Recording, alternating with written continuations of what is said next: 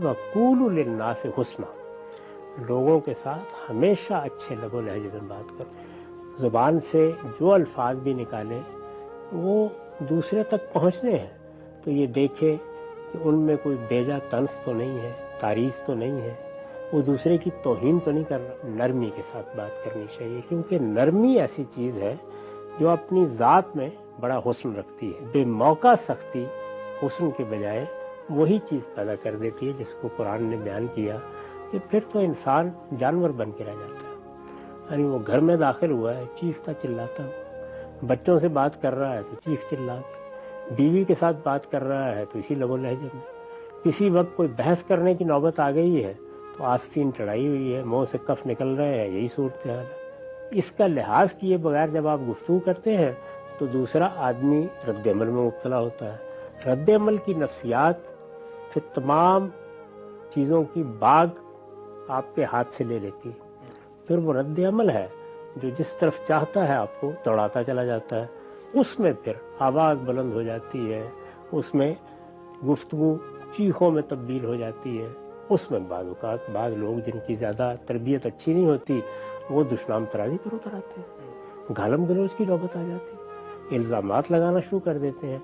तो ये सारी चीज़ें जितनी हैं उन सब को सामने रखकर कुरान मजीद ने कहा है कि अगर तुम एक चीज़ कर लो और वो ये कि अपनी बात के अंदाज में हुस्न पैदा कर लो और उसमें इंसानों की तहजीब पैदा करो, नरमी के साथ बात करो, वग़्ज़ुज़ मिन सौतिक, उसमें नरमी पैदा हो, पस्ती रहे तुम्हारी आवाज़ में, तन्हा ये अमल तुम्हारे पूरे तर्ज़ इस्तदलाल पर असरअंदाज हो। इसी को रिसालत मआब सल्लल्लाहु अलैहि वसल्लम ने इस तरह बयान किया कि आयशा जो काम नरमी से हो सकते हैं वो कभी सख्ती से नहीं होते। ठीक, अपने रवैयों में, अपने तबसरों में, अपने अहवाल में नरमी इख्तियार करो।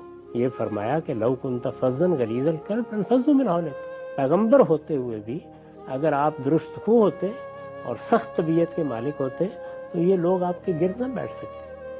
अपनी बात आप इतने खुशगवार अंदाज से दूसरे के सामने रखें, ना उसे तहकीर महसूस हो, ना तज़लील करें उसकी, ना तंज़ो तारीज़ के तीर बरसाएं।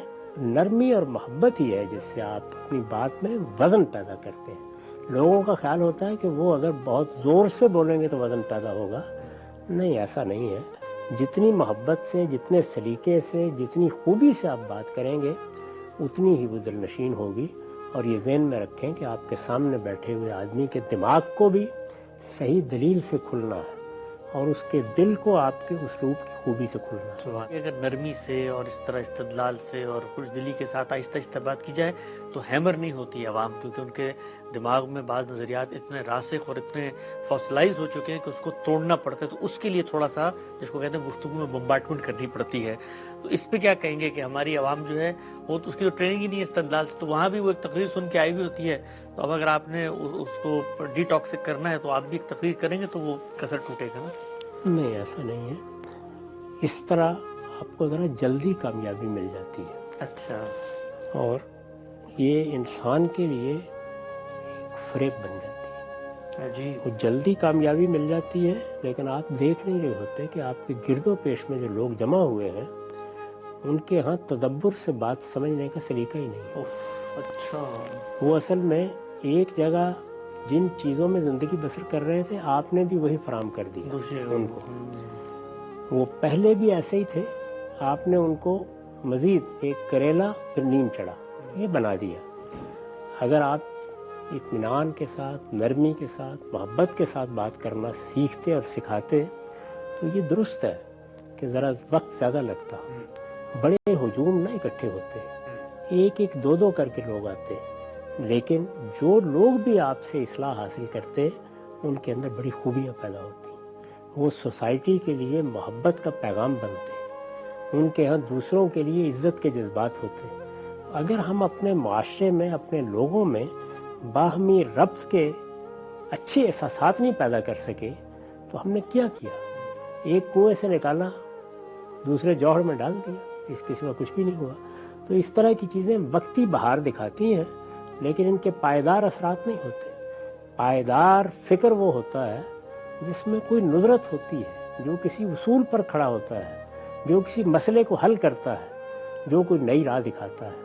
और وہ چیزیں پائیدار اثرات پیدا کرتی ہیں اچھے انداز میں کہی جاتی ہیں، کیونکہ وہ سوسائٹی کے افراد کے دل و دماغ کا احاطہ کرتی ہیں۔